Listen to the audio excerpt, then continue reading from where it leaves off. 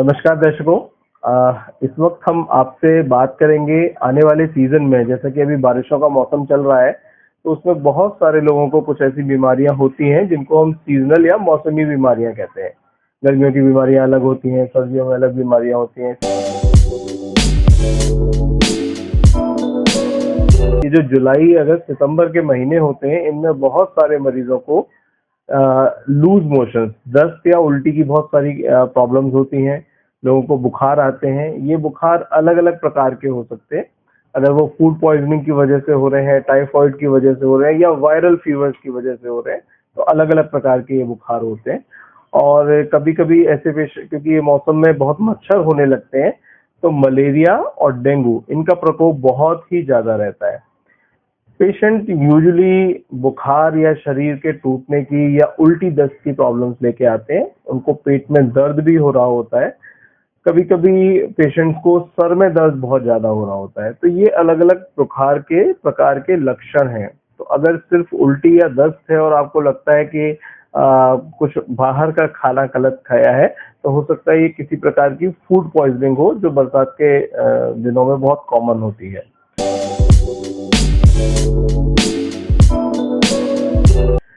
Food poisoning में जो पहला सिम्टम होता है वो पेट में दर्द रहेगा, या पेशेंट्स को लगातार उल्टियां आएंगी और कुछ भी खाएगा तो उसमें उल्टी होने लगेंगी। उनको लूज मोशंस यानी दस्त हो जाएंगे, और कभी कभी ये दस्त बहुत पानी की तरह छूट जाते हैं। इसकी वजह से लोगों को डिहाइड्रेशन यानी शरीर में नमक और पानी की कमी होने लगती है। जब कभी ऐसा लगता है तो तुरंत आपको अपनी बॉडी को हाइड्रेट रखना है, मतलब पानी की कमी ना हो, और खूब अच्छे से पानी पिए।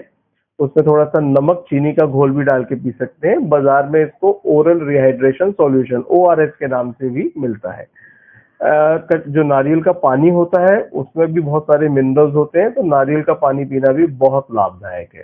सिमिलरली आप ग्लूकोज मिला के भी बहुत सारे लोग पानी पी सकते हैं, लेकिन इसमें ये देखना होगा कि उनको कोई डायबिटीज वगैरह तो नहीं है। जो पेशेंट्स पहले से हार्ट के मरीज हैं, जो पेशेंट्स पहले से किडनी की दवाइयां खा रहे हैं, या उनको कोई अन्य रोग है, उनको इस तरह के लूज मोशंस को थोड़ा सा सीरियसली लेना होता है। आप एक सामान्य मरीज में कभी उल्टी दस्त हो जाए, वो अलग चीज होती है। लेकिन अगर पेशेंट्स कुछ प्रोन है, उनको हार्ट की प्रॉब्लम्स है, उनको किडनी की प्रॉब्लम्स है, उनको डायबिटीज है, तो ऐसे पेशेंट्स में जरा सी देर में उल्टी दस्त जानलेवा भी बन जाते हैं।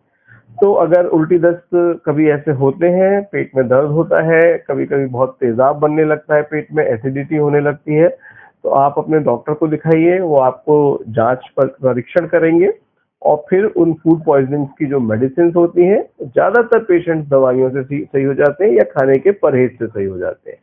कुछ पेशेंट्स जिनका बीपी बहुत लो हो जाए, जिनका पल्स बहुत बढ़ जाए, या जिनके पेट में बहुत तेज दर्द हो, उनको इंजेक्शन आदि के लिए हम लोग अस्पताल में भी भर्ती करते हैं, और फिर उनकी खून की या अल्ट्रासाउंड की पेट की जांच करा के ये देखने की कोशिश करते हैं कि कारण क्या था।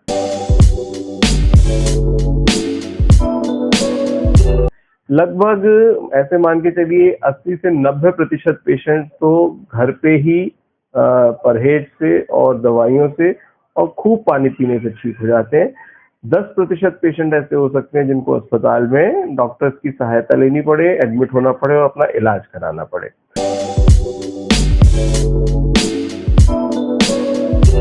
हाथ खूब अच्छे से धोइए।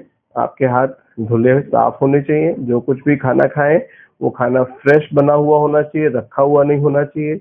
बाहर बाजार में कटे हुए फल, रखे हुए समोसे, पकौड़ियाँ, इस तरह के गंदे तेल में बने हुए खाने, या कभी कभी बहुत से लोग जूस पीते हैं बाहर जाके, वो जूस शुद्ध नहीं होता, उसके अंदर कुछ चीनी या कुछ इस तरह की चीजें मिक्स कर दी जाती हैं स्वाद बढ़ाने के लिए। उन चीजों से फूड पॉइजनिंग होती है। जहां भी कोई गंदगी होगी, जहां मक्खी मच्छर बैठे होंगे, इस प्रकार की बहुत सी मिठाइयां खुली ओपन में होती हैं, तो उन खुली हुई मिठाइयों को, खुले हुए कटे हुए फलों को बिल्कुल भी नहीं खाना चाहिए।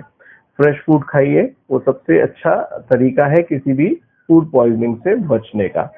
छोटे बच्चों में 5 वर्ष से छोटे बच्चे हों और 60 वर्ष से ऊपर के लोग हों, इन लोगों में उल्टी दस्त को हमेशा थोड़ा सीरियसली लें, उनका ध्यान रखें, क्योंकि ऐसे पेशेंट्स में बहुत बॉडी रिजर्व नहीं होता, और वो बहुत जल्दी उनके साथ कोई चीज सीरियस हो सकती है।